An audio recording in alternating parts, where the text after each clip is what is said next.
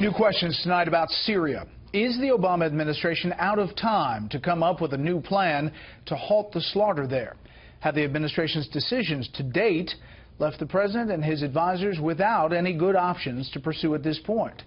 Chief Washington correspondent James Rosen has that from the White House tonight. From the rebel-held city of Aleppo, nearly destroyed by a ferocious Syrian and Russian air campaign, a rare spot of good news, as rescuers saved a little girl believed to be 5 years old from the wreckage of a strike on Tuesday that killed at least 23 people.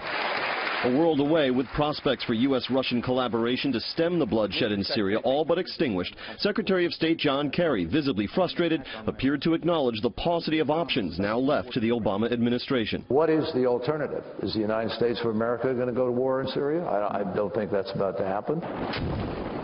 Angry over Russia's intensified military role in Syria, Kerry has spent much of this week threatening to sever communications with Moscow, but his language was less than forceful. We're going to have to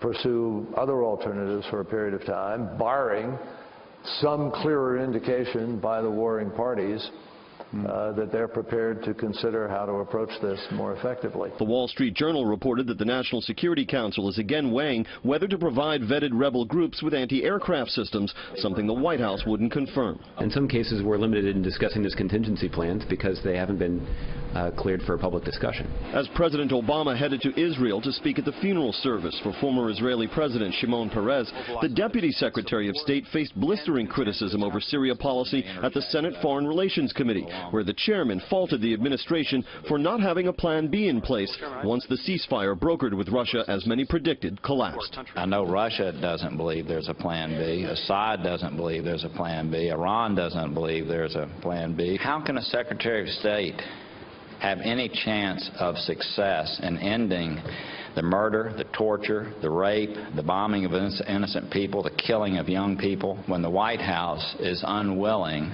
at any level to have a backup to what he's doing if diplomacy fails?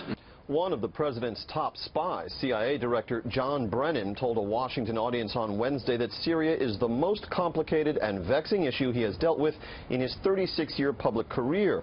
Brennan also acknowledged that, quote, a lot has happened that none of us were able to foresee. And in that category, he placed the rise of ISIS. Brett? James Rosen, live on the North Lawn. James, thank you.